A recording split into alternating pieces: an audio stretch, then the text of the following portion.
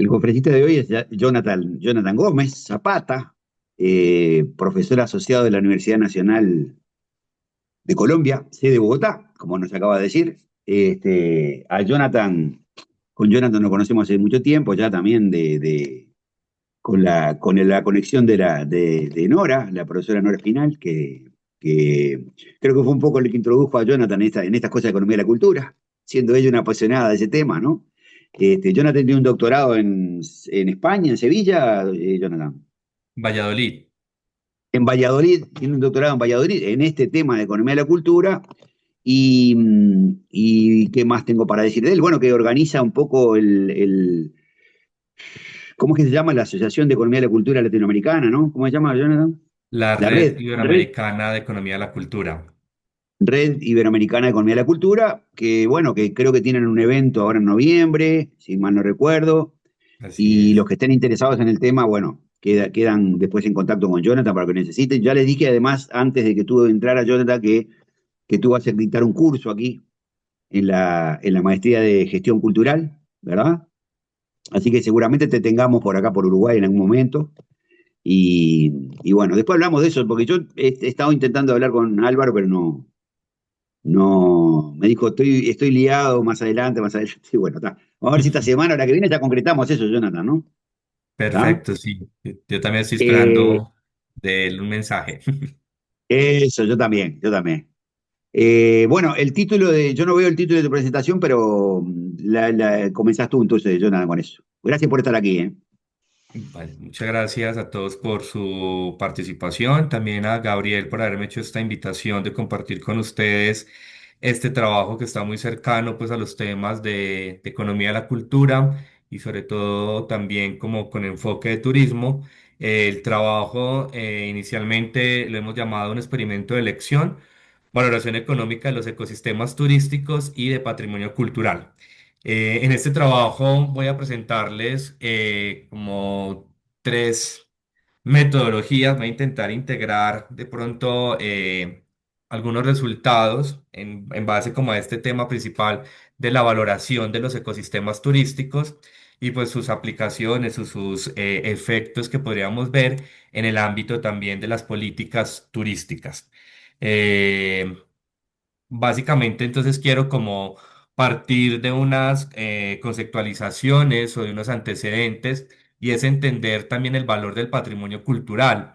Varios autores como Trosby, Rizzo y Herrero pues han hablado que este patrimonio cultural no solamente tiene un efecto como característica de la historia y la identidad de un territorio, sino que también produce unos importantes efectos económicos que se traducen en la generación de bienes y servicios o en esa relación que ustedes bien han estudiado con el sector de turismo, que atrae visitantes y a través de eso pues sean unos encadenamientos hacia adelante en base a ese atractivo, digámoslo así, cultural. Pero también, digamos que este patrimonio cultural es importante por los efectos sociales, toda vez que al identificarse en los pueblos o al generar estos sentidos de pertenencia, permite que también se generen políticas de intervención pública para transformar contextos, para reorganizar espacios urbanos o para generar políticas que transformen de manera positiva las condiciones de esos territorios. Digamos que hay como una buena desarrollo de metodologías, ¿cierto? Que han intentado evaluar el patrimonio cultural con estas medidas de preferencia social y por eso vienen los estudios de valoración económica de bienes de no mercado. Estas técnicas básicamente se discriminan en dos, de preferencias reveladas, cuando las personas revelan con su consumo directo la preferencia por ese bien, o cuando hacemos simulaciones de mercado, que sería las otras técnicas que se llaman de preferencias declaradas, cuando las personas declaran una disponibilidad a pagar, es decir, revelan la utilidad que pueden generar este patrimonio cultural. Y sobre esas técnicas, pues insisto, han habido mucha sofisticación, han avanzado mucho. Esto aparece a finales del siglo pasado, específicamente muy aplicadas en el ámbito de la economía ambiental y pues compartiendo esa naturaleza de bienes de no mercado, como son los bienes culturales, pues encontramos diferentes estudios para valorar museos. De hecho, Gabriel tiene estudios de valoración de museos en Italia, librerías, festivales, entre otros. Pero ¿qué tienen como en particular estas valoraciones? Que se han concentrado mucho en un activo o en un objeto de estudio muy puntual y no en ecosistemas donde convergen diferentes elementos, lo cual también va a darnos como un desafío o una novedad en acercarnos a esta valoración. Como les decía, han habido diferentes metodologías que actualmente se están utilizando más. Estas metodologías que seguramente ustedes habrán escuchado o habrán estudiado en algún momento, como los costos de viaje, asociadas más a esas preferencias reveladas, es decir, cómo las personas valoran estos patrimonios culturales o estos activos culturales cuando deciden desde sus presupuestos invertir dinero y también seguramente tiempo para disfrutar ese bien.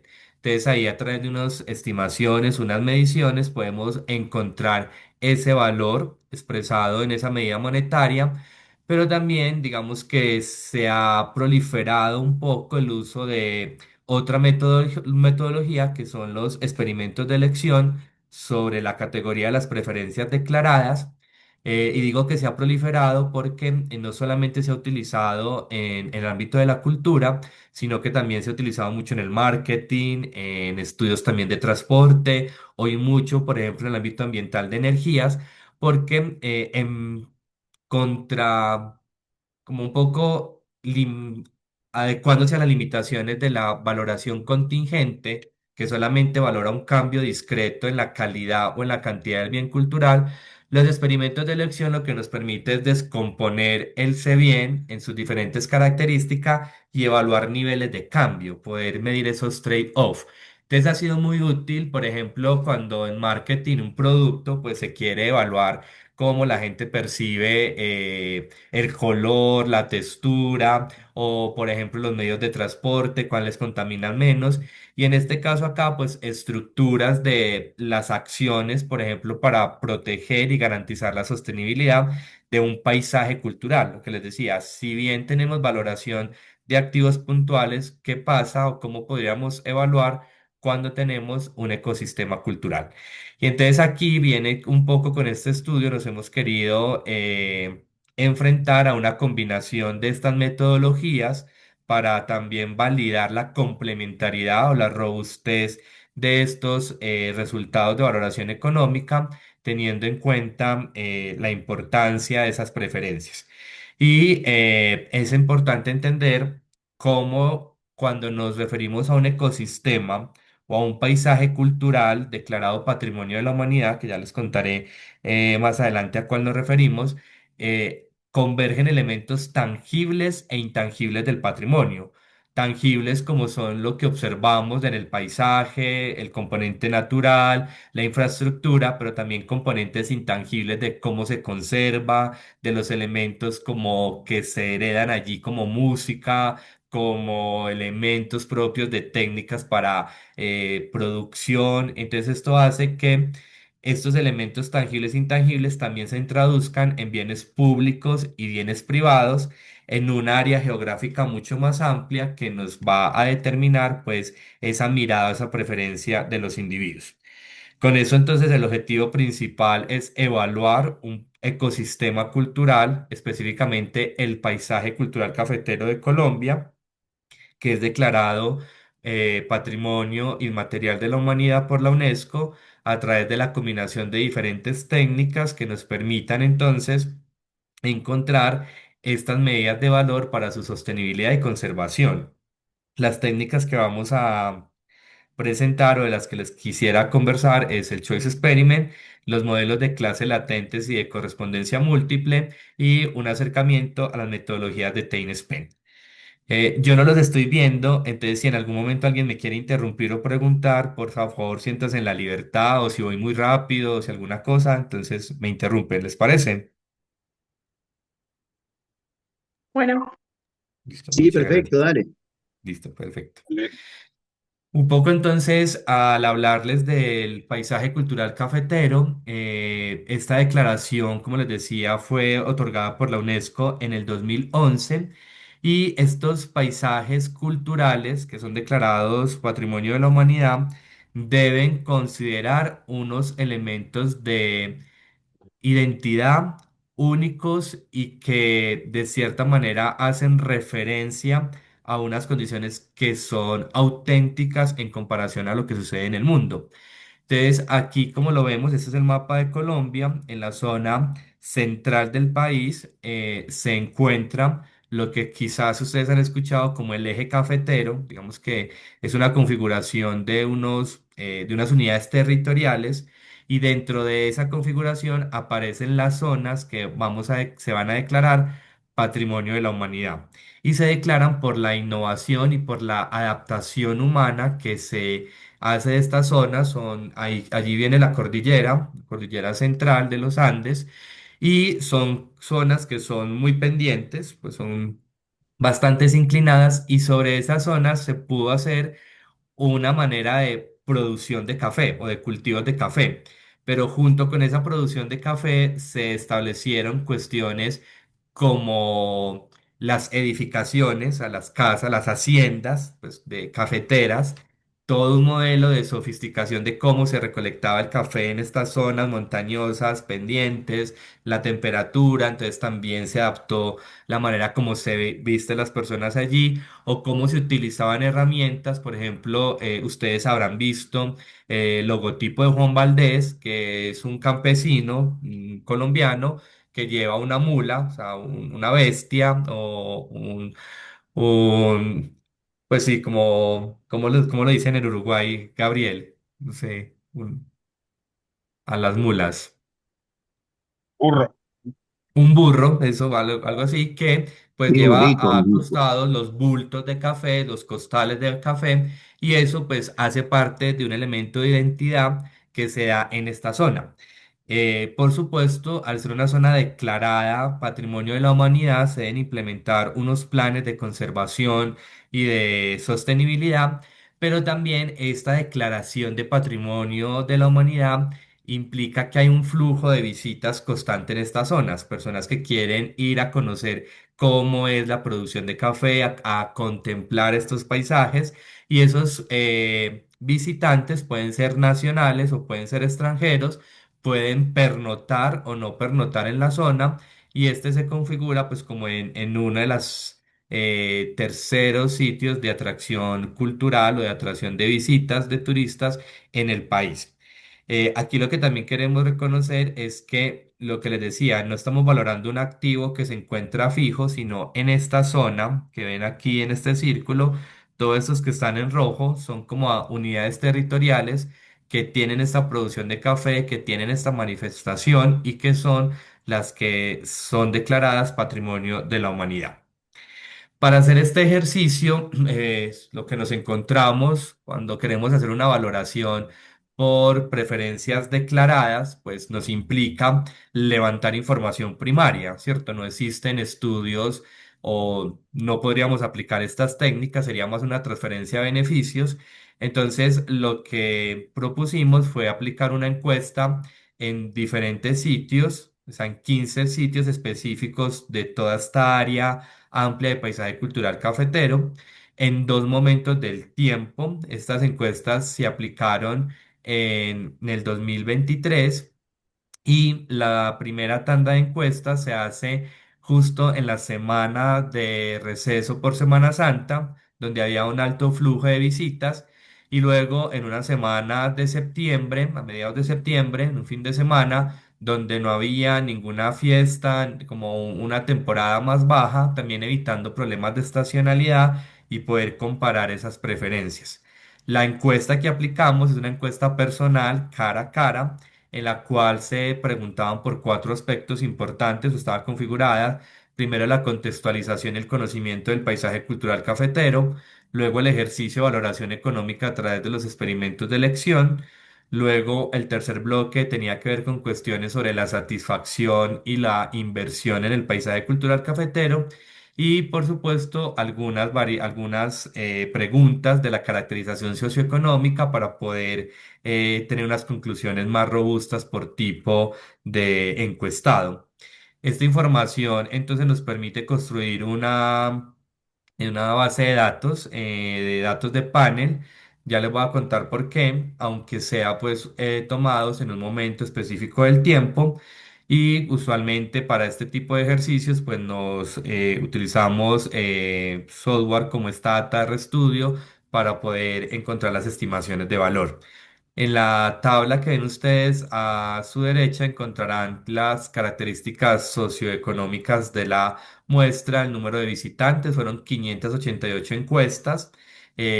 ¿Cuántos fueron de visitantes locales, nacionales? Que digamos que es una clasificación eh, más tradicional, digámoslo así, pero también utilizamos una clasificación más canónica de los estudios de turismo al clasificar turistas como aquellos que pernotaban en la zona y excursionistas como aquellos que no se quedan en la zona, solo van y están un día y luego se regresan a sus lugares. Y aquí pues ya vienen otras características como si es hombre, mujer, la edad, el nivel de ingreso, nivel educativo, si tenían trabajos relacionados con medio ambiente, eran empleados del sector público, el número de visitas y si retornarían o recomendarían el paisaje cultural cafetero y algunas preguntas sobre probabilidad de disponibilidad a pagar, cuánto estarían dispuestos a pagar, pues son las medidas estadísticas para entender la muestra.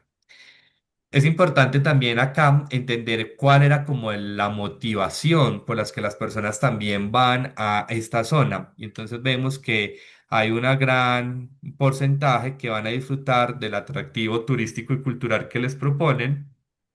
Luego también para disfrutar su tiempo libre y que la proporción menos significativa de las visitas de esta persona a las zonas pues son visitar a sus familias o amigos. Eso también es importante para validar que estamos haciendo una valoración de los servicios asociados a este ecosistema cultural y patrimonial y no que se está desviando la intención por las cuales las personas visitan ese paisaje. Aquí estamos viendo una foto de lo que les he descrito. Estos son los cultivos de café. Como ven aquí hay lo que nosotros llamamos una hacienda cafetera, ¿cierto? Que tiene una estructura como de una casona, con unas ventanas en madera, los colores que también se utilizan, por aquí ven que hay otra más arriba, y entonces miren que son zonas inclinadas donde se hace pues esta producción. La primera metodología tiene que ver entonces con los experimentos de elección. Los experimentos de elección, como les decía, nos permite descomponer el bien en sus diferentes atributos. Y una vez que tenemos los atributos, podemos medir niveles de cambios en ellos para ver qué es lo que más prefieren las personas. En ese sentido, podemos hallar una disponibilidad a pagar marginal por cada atributo, que sería lo que la gente más valora, y no una valoración simplemente en conjunto como lo hace la valoración contingente. Los atributos se definen siempre con grupos focales, es decir, expertos en el tema, personas que visitan la zona, estudiosos del paisaje cultural cafetero. Y pues una vez que hacemos ese ejercicio, los atributos que se definieron son cinco: los cultivos de café, el paisaje, la infraestructura turística y las expresiones culturales de promoción y conservación. Finalmente, el quinto atributo, casi que está dado por la metodología, que es la contribución monetaria. Cuando les decían estas metodologías de preferencias declaradas, a través de esta encuesta simulamos un mercado y planteando un escenario de cambio desde que las políticas de conservación o los planes de salvaguardar este patrimonio y de que sea sostenible cada vez necesitan que se vinculen la sociedad, de que hayan recursos de diferentes fuentes. Entonces, ver si las personas estarían dispuestas a hacer esa contribución. Como les decía, clasificamos la muestra en una clasificación tradicional de acuerdo al origen de los visitantes, locales, nacionales y extranjeros, y con la clasificación más canónica del turismo, pues turistas y excursionistas. Esto nos permite hacer unas estimaciones de modelos Logi multinomial o Logis condicional o Logis mixtos por la naturaleza de la variable, porque las personas están contestando en un mismo momento del tiempo a diferentes conjuntos de elección. Por eso es que les decía que hacemos un datos de panel. ¿Cuáles son esos conjuntos de elección? Aquí se los estoy mostrando. Esta sería una de las tarjetas de elección que las personas les mostrábamos, donde presentábamos los atributos y los cambios que harían en los atributos. Entonces, esta sería una alternativa, esta sería una segunda alternativa y una tercera alternativa es que no escojan ninguna, que no estén de acuerdo con ninguna. Aquí hay una cosa que es compleja y es que las personas no pueden escoger. En cultivos de café me gusta más una de estas dos. No, las personas deben escoger en conjunto, por eso se llaman conjuntos de elección, qué prefiere más, la alternativa uno que implica estos cambios, o la alternativa 2 que implica estos cambios. Y cada una de las alternativas tiene asociada una medida monetaria.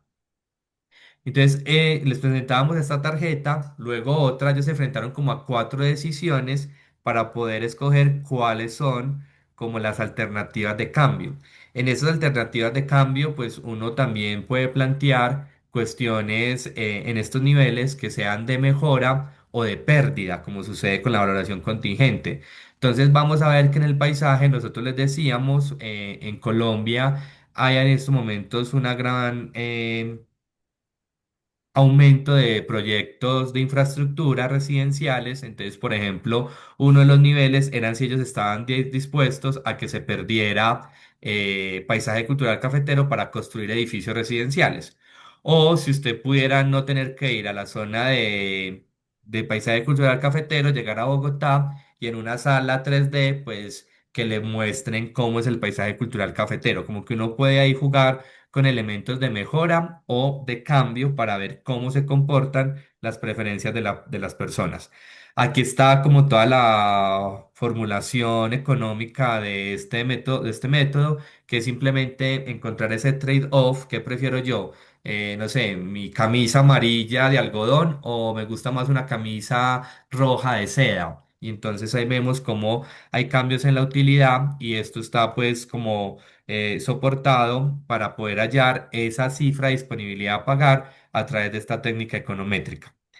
Aquí son como los resultados, están segmentados para cada uno de los públicos que les he mencionado y aquí lo que les quiero mostrar es, como les contaba, para el paisaje planteamos estos dos cambios y encontramos que la gente o que los diferentes grupos manifiestan una disponibilidad a pagar marginal por paisaje negativa, es decir, no están dispuestos a que haya pérdidas en el paisaje cultural cafetero.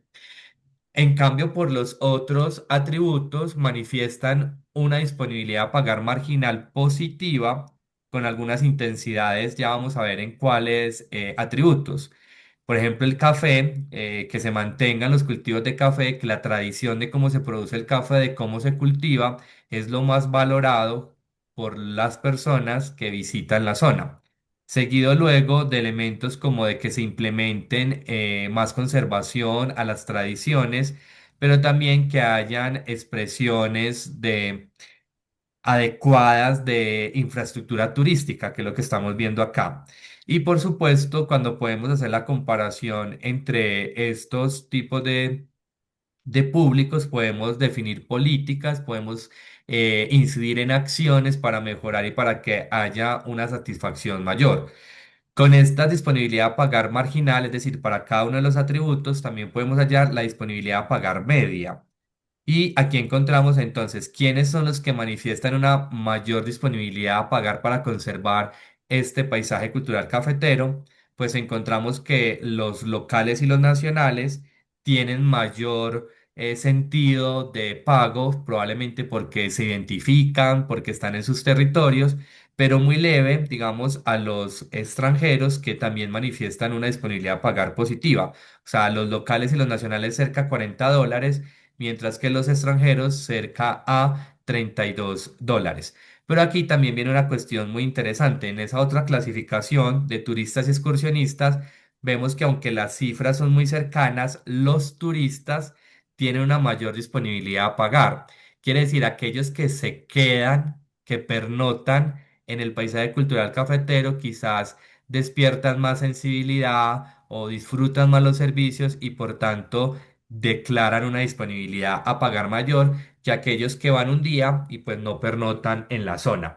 Entonces, lo que les decía aquí, estos resultados también son útiles para los gestores turísticos, no solamente porque nos permite ver dónde podemos mejorar la prestación de servicios públicos y privados, sino también para fidelizar de cierta manera a estos segmentos de la población que tienen una mayor disponibilidad a pagar. Sobre el segundo estudio, ¿ahí tienen alguna duda? Voy muy rápido. ¿Todo, todo bien? Si están Todo ahí. bien, Jonathan, todo bien. Yo Perfecto. demoro entre contestarte porque tengo que activar el micrófono cada vez, así que... Pero está Vale. todo bien, Eh, perfecto, te vamos siguiendo bien. consul- consulto nada más si esa valoración de $40, $39 son propuestas o estimadas en cuanto a los valores reales. Claro, como les mostraba en el conjunto de elección, habían ya unos valores Ah, predeterminados. perdón. Ese detalle no vi, discúlpame. Tranquila. Entonces, porque esto es lo que les decía, que estos niveles de cambio son los que construimos con los grupos focales. Entonces, habían unas medidas monetarias que se incluían en la tarjeta como ven acá, $5, $0, $10, creo que la más alta era $50.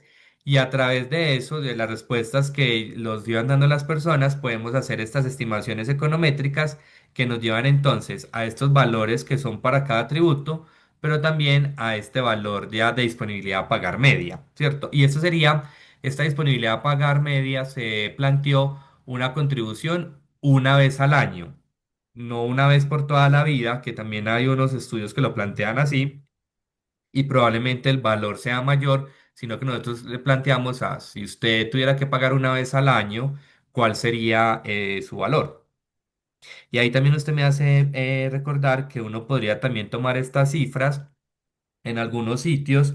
eh, Puede ser útil, por ejemplo, para algún cobro de tarjeta de ingreso, pues en zonas donde se ha aplicado, por ejemplo, en Islas Galápagos, que se hizo un ejercicio así, este tipo de resultados ayudó pues a la tarifa de ingreso para turistas con los recursos que podrían mantener estos ecosistemas naturales. Entonces también nos da esa señal que podría ser bueno utilizado para los gestores turísticos, culturales, asociados a este tipo de bienes.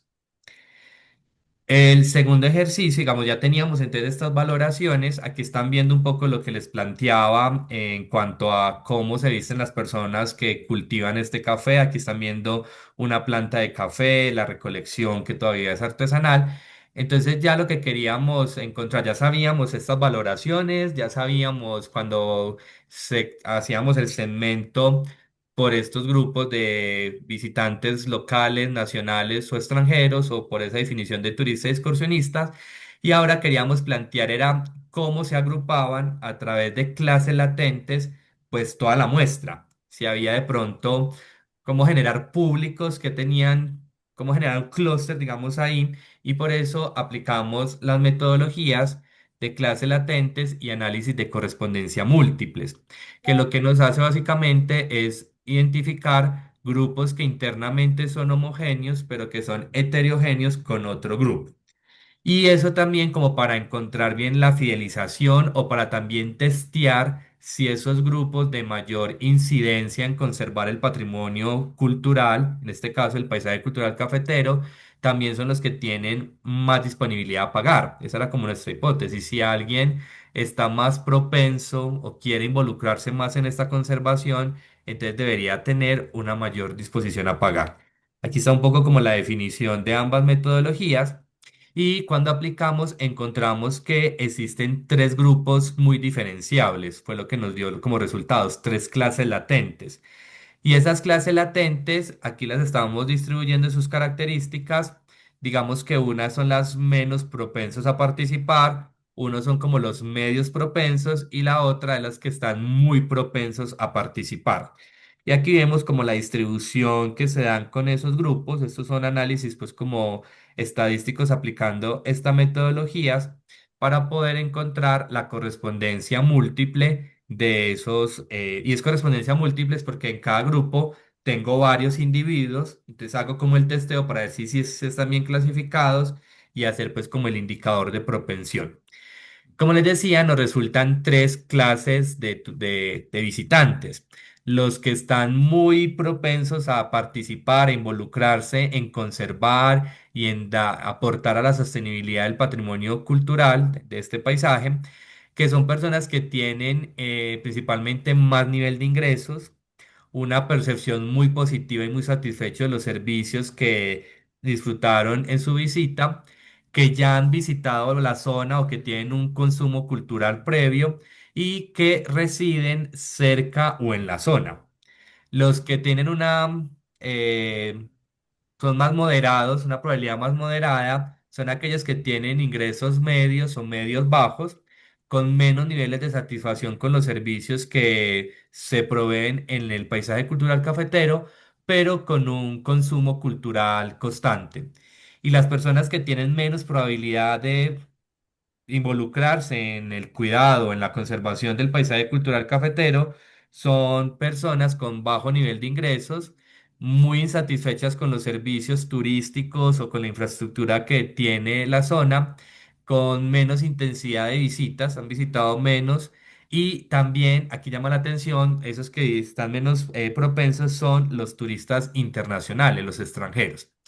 Con esta clasificación, entonces aplicamos la construcción de una curva de supervivencia, o sea, una curva de demanda para cada una de estas clases y hallar entonces por una técnica no paramétrica, como es el ANOVA, cuál es la disponibilidad a pagar de cada una de estos tres grupos. Entonces encontramos que los más dispuestos estarían dispuestos a contribuir con $35, los mediana con 30 y los que dicen menos con $26 al año. Entonces aquí también vamos teniendo ese perfil para a quienes debemos fidelizar, a quienes de cierta manera les genera una mayor utilidad y por tanto también generar políticas en función de esta clasificación de los grupos.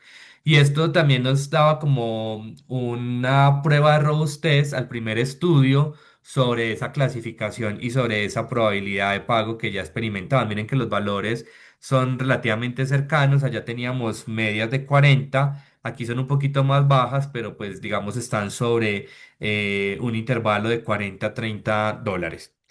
Y el tercer estudio, entonces ya conocíamos, bueno, esta es la disponibilidad a pagar, segmentamos los grupos y también nos da otra caracterización. La última cuestión era analizar a través de un análisis de el tiempo que las personas se quedan y los gastos que invierten en esta zona con su nivel de satisfacción.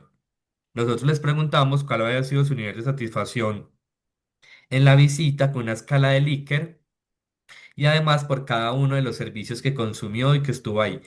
Esta es otra imagen de un típico pueblo de la zona donde está el paisaje cultural cafetero. Entonces lo que pueden ver acá, los colores, la infraestructura en madera, techos de madera, puertas de madera, ventanas de madera, ¿cierto? Como que hay aquí toda una idiosincrasia asociada a ese consumo. Este análisis, este tercer análisis, entonces ya nos lleva al enfoque no de preferencias declaradas, como lo teníamos en el primero, sino que lo tenemos en un enfoque de preferencias reveladas. Las personas nos dicen qué fue lo que consumió, sus motivos o su satisfacción sobre ese consumo y nos permite entonces hacer unos análisis también de correlación para ver quienes manifestaron o gastaron más, cuántos se quedaron o aquellos que tienen más nivel de satisfacción pues quiénes eran y compararlos con los grupos que encontrábamos anteriormente. Entonces, como les decía, nosotros tuvimos una escala de 0 a 5, una escala de Likert, y es de 0 a 5 porque en el contexto colombiano, en el contexto educativo, una nota de 5 es la máxima nota. Entonces era muy fácil que las personas, porque esto eran personas que íbamos entrevistando en la calle, como les dije, de manera personal, pero en las zonas del paisaje cultural cafetero, Son personas que algunas tenían más nivel de formación, otras menos, entonces había que utilizar una escala que fuera muy fácil de entender para ellos. Entonces por eso es de 0 a 5 y no como en otros estudios que es de 0 a 9 o de 0 a 7, porque va a depender como de esos contextos. Vimos acá lo que está en verde son como las cosas que ellos más valoran, sus niveles de satisfacción. Entonces, contemplar y disfrutar el paisaje natural, las atracciones turísticas y recreacionales, la amabilidad y atención de la gente y menos niveles de satisfacción con las estrategias de promoción y difusión del paisaje cultural cafetero.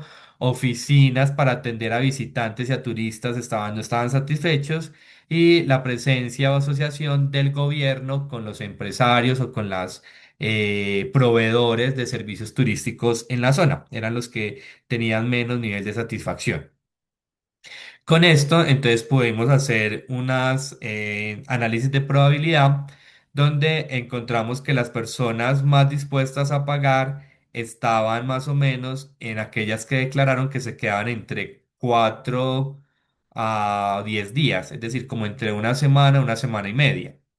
Y los que pagaban más, como lo vemos acá, pues son precisamente esos visitantes que se quedan de 4 a 10 días, que aquí nos daba como en promedio, tenían un gasto en promedio de 17, más o menos $16, pero con una tendencia que inicial, del 1 al día 4 van incrementando los gastos, pero del día 10 hacia abajo va a haber una tendencia decreciente y esto es probablemente porque, claro, porque se va promediando ese gasto y por tanto se va disminuyendo si su visita se amplía.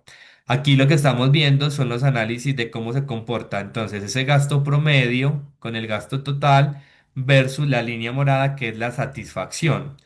Que vemos, la satisfacción tiene una tendencia como creciente, entre más días me quedo yo en el paisaje cultural cafetero, parece que mi nivel de satisfacción mejora, teniendo un pico cuando me quedo casi un mes y ya luego se convierte como decreciente, ¿cierto? Como que después de llegando al mes se vuelve como negativa, pero parece que al principio me va generando una emoción acumulada y por tanto un mayor nivel de satisfacción. Lo mismo los gastos totales al principio van creciendo, pero una vez que llega como a más de 15 días decrecen y el gasto promedio, como ya lo explicaba, pues al promediarse es más alto en los primeros días, pero va bajando una vez que se van aumentando los días de permanencia. Aquí básicamente entonces encontramos un grupo muy importante que son esos grupos de personas que se quedan entre 4 a 10 días porque son los que más gasto tienen, mayor nivel o una satisfacción creciente y por tanto quisimos hacer unas pruebas de correlación para ver si había una significancia entre que esa probabilidad de gastar y de satisfacción estaba relacionada. Entonces hicimos las pruebas de Pearson, de Spearman y de Kendall mostrándonos que sí hay una relación positiva, que además es muy significativa, y con eso pues hallar un valor promedio de gasto. Estas personas que se quedan en este tiempo básicamente tienen un gasto promedio, o sea, es lo que gastan en el paisaje cultural cafetero de casi $46. Entonces, mire que también es una aproximación muy interesante. Ahorita hablábamos que más o menos entre 40 a $30 era la probabilidad a pagar, a estar dispuestos a pagar, pero que el gasto real en el paisaje cultural cafetero es de $46. Entonces, nos permite reforzar esos argumentos. ¿Quiénes son estas personas que están en este grupo? Pues son personas que viajan en familia, usualmente o con más frecuencia de 4 personas, motivadas por los atractivos turísticos y culturales del ecosistema y se reafirma que ese consumo cultural previo es un determinante para generarse esta satisfacción y quedarse más días y hacer más gastos. También, lo que les decía, pueden ser residentes que tienen más fácil el acceso a la zona, ¿cierto? Pero que en todo caso, si bien no gastan tanto porque residen en la zona, sí tienen un alto nivel de identidad o de identificarse allí Y pues esto nos permite comprobar esta relación positiva del número de días que visitan con el nivel de satisfacción, cómo incrementa esa utilidad marginal. Con esto quiero entonces ya llegar como al final de la exposición para que conversemos o si tienen preguntas. Básicamente de estos estudios podemos concluir cosas como que la disponibilidad a pagar negativa por el cambio en el paisaje cafetero es una respuesta a su conservación, ¿cierto? Lo que está manifestando que la gente desea conservar, la gente lo identifica como un patrimonio de la humanidad y por tanto al declarar un valor negativo, lo que quieren es que se haga su sostenibilidad. También importante como los cultivos de café generan atracción de visitas y por tanto es uno de los elementos de mayor identidad y características de este ecosistema. ¿Cómo decrece la intensidad de pago de las personas cuando hay bienes privados o que tienen corresponsabilidad con el sector privado? Mientras que hay mayor disponibilidad a pagar cuando los servicios de los que mencionan las personas son bienes más parecidos a bienes públicos o cuasi públicos. La otra conclusión es esa correspondencia en la combinación de las técnicas. Cuando hacíamos el ejercicio por preferencias declaradas, que llegábamos a casi $40, pero con la preferencia revelada de los gastos nos lleva a 45, entonces vemos que sí es una medida como real de la preferencia y de la valoración monetaria que hacen los diferentes públicos en promedio para el disfrute o para la conservación de esta zona.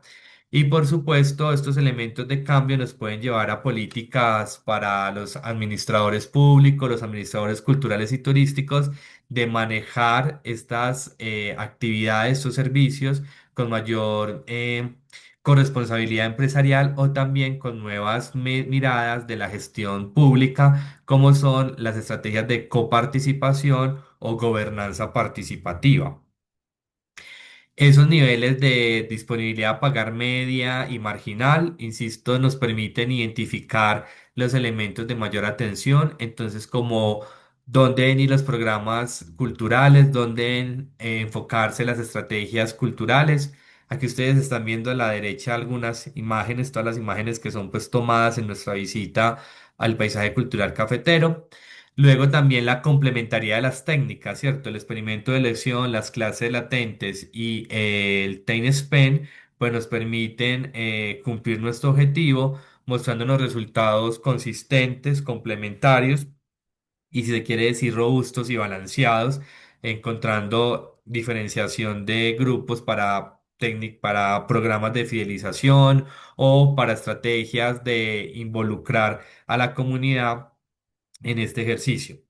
También estos resultados muestran pues que los paisajes culturales o los ecosistemas culturales enfrentan unos desafíos al ser zonas más extensas, entonces la necesidad es de complementarse las técnicas o de recolectar información primaria y de esa manera pues también enfrentar a esta contribución académica de estudios más en paisajes o en ecosistemas. Y también aquí lo que estamos viendo es una comparación de esas medidas monetarias, ¿cierto? Que podíamos cuantificar en tantos dólares, pero también en esas preferencias que son no monetarias. Al saber que las personas que más valoran tienen una característica sociodemográfica de tal manera, lo que estamos viendo es esa preferencia social, ese indicador de respuesta frente a cómo ese ecosistema los identifica o no.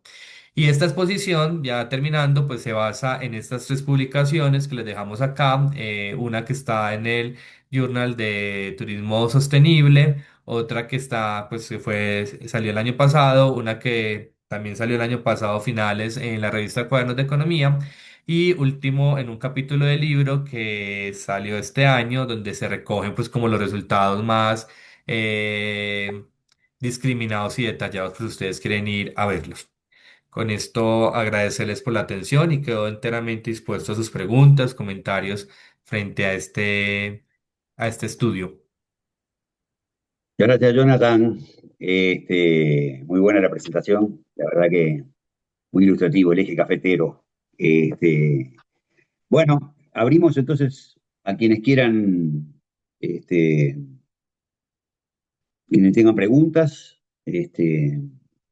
preguntas, comentarios. No sé si hay alguien. Eh,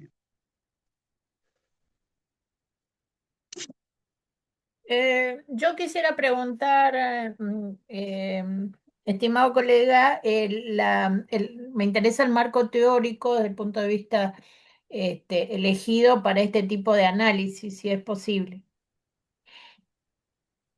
Claro que sí, Mabel.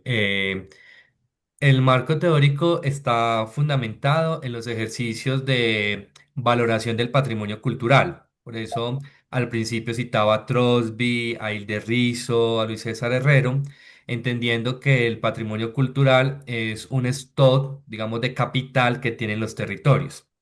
A partir de eso, pues cómo valorar un bien o cómo valorar también un intangible, porque ese patrimonio cultural pues se puede expresar en las instituciones culturales, patrimoniales tradicionales como museos, bibliotecas o archivos, pero aquí digamos que habían también elementos intangibles, la tradición, la fiesta, y pues ahí se viene toda, digamos, la literatura sobre valoración económica de bienes de no mercado, ¿cierto? Que no son únicos, que tienen unos comportamientos que son propios de los bienes culturales patrimoniales, generan utilidad marginal creciente. Una vez que yo los consuma, quiero volver a consumirlos. No es una valoración de un bien que yo me llevo y que puedo generar propiedad, sino que podríamos llegar también a los bienes comunes y estoy valorando la experiencia, ¿cierto? Los bienes culturales lo que nos producen es experiencia. Entonces, a través de eso y de cómo valorarlos, entendiendo que tenemos que levantar información objetiva o indicadores para medir esa intensidad de preferencias o intensidad de cuidado que deben tener las personas para su conservación, sostenibilidad y salvaguarda en el tiempo, es que ese es el marco teórico que utilizamos, ¿cierto? No sé si con Eh, eso queda clara la respuesta. Claro, sí, sí, me queda claro, muchas gracias. Yo trabajo específicamente sobre bienes comunes, así que ha sido muy aclaratoria la exposición. No quisiera adueñarme del espacio, tan solo y contribuir en la conversación con respecto a lo que significan los patrimonios culturales para el turismo, específicamente por su arraigo territorial y la característica de adhesión a la identidad de una comunidad. Así que me parece valioso que se observe, pero tan solo, bueno, me quedo con el correo para hacerle una consulta en privado, pero tan solo, no sé si es que en algún momento se trabajó, cuántas empresas o firmas nacionales e internacionales trabajan sobre ese espacio. Sí, ahí no hicimos ese inventario, solo medimos si había satisfacción, si las personas percibían la satisfacción de la asociación pública y privada para la provisión de bienes. Uno de los atributos que evaluamos era la infraestructura hotelera y la infraestructura gastronómica en la zona también, para saber si las personas estaban satisfechas o no, entendiendo que gran parte de esto obedecía a una prestación de servicio privado, pero realmente no tenemos el inventario o la caracterización de cuántas empresas privadas estaban en la zona. Tan solo para que se recuerde el detalle, ¿no? Respecto a cómo cooptan las firmas extranjeras, digamos, los espacios. Uno lo puede ver en Machu Picchu, ¿no es cierto? Bienes que son este, capitales para un territorio, mucho más que activos desde teorías económicas neoliberales, mucho más cooptadas esos espacios en términos de globalización. Así que Claro. es para observar cómo esas firmas eh, trabajan desde posturas marcianas, ¿no es cierto?, en cierta fetichización de esos espacios en busca de un intercambio económico ficticio muchas veces, ¿no? Que no llega a derramar verdaderamente a nivel de la comunidad. Gracias. pero me Muchas quedo con gracias. el correo, así que te voy a molestar por correo. Perdón, No, Jonathan. con todo gusto, no hay ninguna molestia. Quedaré atento. Miriam, Sí, muchas gracias. Yo llegué tarde porque estaba en una reunión, pero la parte que vi me encantó. Es exactamente el papel que a mí me hubiera gustado escribir alguna vez. Es excelente. Tengo miles de preguntas, pero tengo miedo que las hayas a todos les decís explicado. lo mismo, Miriam, a No, todos les eso es decís lo mismo. mentira. No tengo no tengo el halago a ese nivel tan fácil. Ay, ay, ay. No, Te pero dice de mí. te quería, no te voy a preguntar cómo hicieron para elegir verdaderamente las dimensiones, cuánto tuvieron que sacrificar de ortogonalidad para poder, esos son cosas que son difíciles y cuando uno no hace esto suficientemente seguido, como es mi caso, cuando uno tiene que poner un experimento así, siempre tiene dudas, pero me pareció divino. Y para felicitaciones, yo lo que quisiera es que pusieran los links de las publicaciones en el chat, así ya directamente me puedo conectar y los puedo leer, los papeles, porque la presentación me encantó. Entonces, quisiera hacer una pregunta. ¿No encontrás normal o no que la gente que esté más de acuerdo de pagar, que tenga una probabilidad más grande o que esté dispuesta a pagar mejor, en ese clúster vos tenés los residentes? ¿Y qué se entiende por residentes de la región? ¿Son excursionistas? Porque yo no vi la parte del principio, ¿eh? O la población es la población de turistas o es la gente que visita estos lugares, ¿eh? Pero de vuelta, muchas gracias, ¿eh? Muchas gracias y excelente. Gracias, Miriam. Sí, ahí el presidente nos daba personas que vivían en los territorios declarados paisaje cultural o en zonas aledañas. Mm. Y digamos que cuando hablamos de residentes ahí, no lo mostré, pero pueden ser personas que pernotan, porque aunque yo iba cerca, voy y me quedo en otra zona y pernoto, o simplemente como están cerca, voy y regreso el mismo día, que era el excursionista. Entonces, como era como muy disperso, no nos podíamos agrupar en que eran los residentes que eran turistas o los residentes que eran excursionistas, nos hemos quedado con los residentes, es decir, las personas que están más cerca a disfrutar o que viven o que su desplazamiento es más corto y que les permite pernotar, son los que presentaban mayor disponibilidad a pagar. Eran los que y tiene sentido porque estaban más identificados, porque se sienten identificados con esa parte, está inmersa en su cultura e idiosincrasia y por tanto más dispuestos también a hacer su disposición como una medida de mantenerlo, ¿cierto? Entonces, Siendo malo, diríamos que saca el dinero de un bolsillo para ponerlo en el otro. en el otro, sí. Sí. Bueno, muchísimas gracias, muchas gracias. Lo interesante es que uno podría generar estrategias para tener cada vez más satisfecho a ese residente, ¿cierto? Porque una de las cosas es que cuando, pues, las otras versiones del turismo degradador, ¿cierto? Cuando viene el turista, el visitante, que no cuida, que deja basura o que genera congestión, entonces ahí también ese resultado lo mirábamos y lo analizamos en el paper de esa manera, como también contrastar a ese turismo degradador para que siga existiendo este sentido de venir. Una de las cosas que también fue muy útil para este paisaje cultural cafetero, no sé si ustedes vieron esta película de Disney Encanto, pero que generó de cierta manera recordación de marca, ¿cierto? Recordación de origen que también influyó o influye en la visita cada vez más de personas a la zona.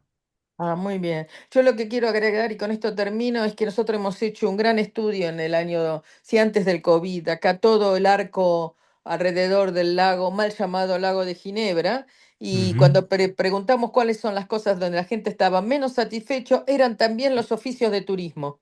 Sí. los oficios de turismo, porque las informaciones de los barcos no habían cambiado verano-invierno, entonces la gente perdió el único barco que tenían para volver al lugar donde estaba el hotel, etcétera. Es Oficina increíble. de turismo, ¿te referís? Sí, Las la oficina oficinas, de las turismo, sí, agencias, sí. Sí, Sí, oficina de las turismo. oficinas de turismo, era el mismo nivel de satisfacción. Era para abundar algo. coincide con lo que nos dio, entonces habrá que hacer un estudio sobre oficinas de turismo.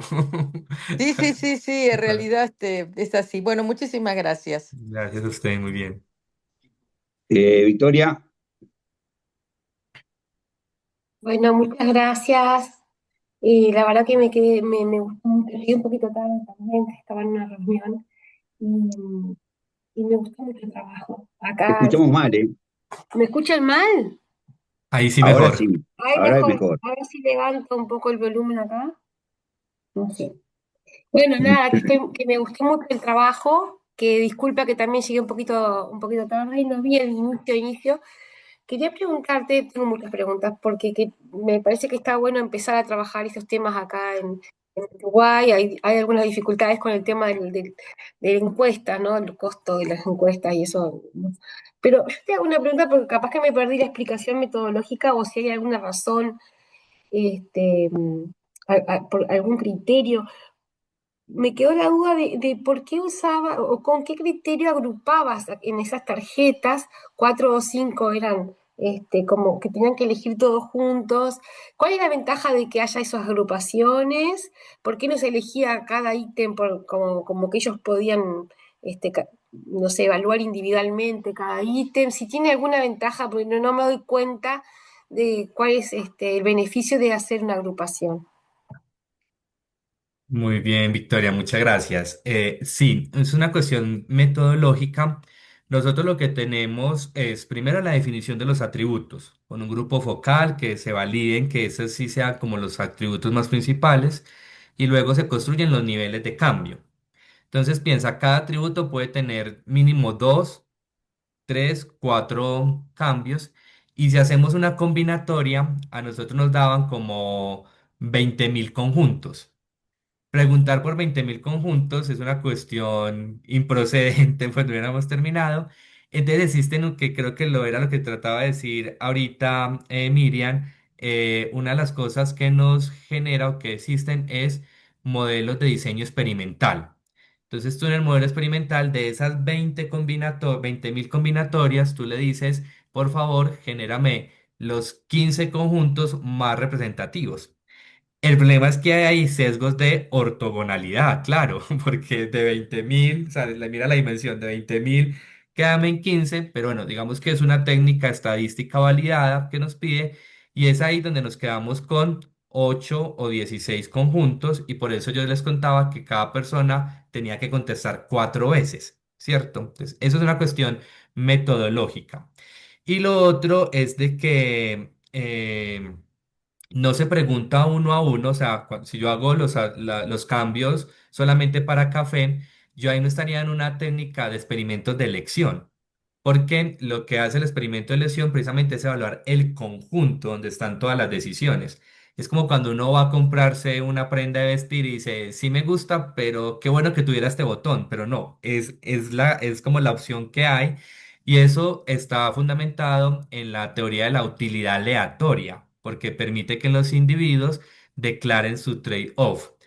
No es mal también hacerlo uno a uno, pero eso no sería un experimento de elección. Eso nos llevaría a técnicas de análisis multicriterio. Por ejemplo, el análisis jerárquico, donde yo lo que hago es comparación por pares que prefiero, y entonces ahí también voy a generar, ahí sí puedo decir cuál es el nivel que más prefiere las personas solo para café, solo para paisaje, pero no nos permitiría hallar esta disponibilidad a pagar marginal, como lo decía. Entonces, digamos que son cuestiones metodológicas. Nos interesaba hacer una valoración monetaria de este patrimonio, sobre todo para mostrar la intensidad de las preferencias sociales, y esta técnica de experimentos de elección se ajustaba bien a ese objetivo. Pero uno podría complementarlo luego con un multicriterio. Ya una vez teniendo los datos, pues, se podría hacer. Bueno, muchísimas gracias, muy interesante y lo voy a leer porque no, es un técnica que no conozco y me parece muy interesante. Muchas gracias. No, usted, Victoria, muchas gracias. ¿Alguien más que quiera comentar o alguna pregunta para Jonathan?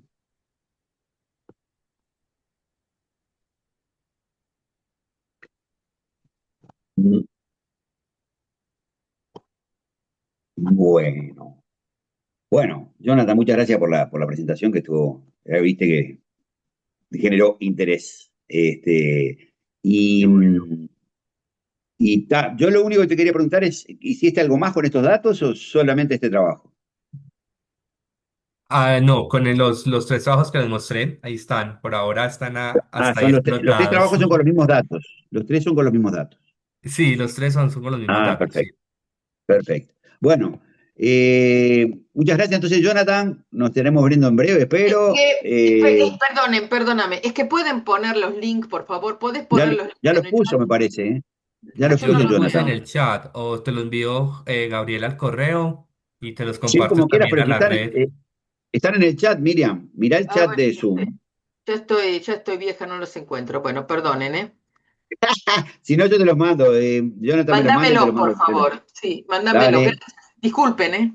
Ahí yo los dale, copié, Jonathan, Miriam, ahora mándamenlos luego entonces. te los mando. ¿Sí? Ah, Ah, gracias. bueno, te los manda Martín. Perfecto. Gracias, Martín. Bueno, muchas gracias a todos. Nos vemos el miércoles de la semana que viene.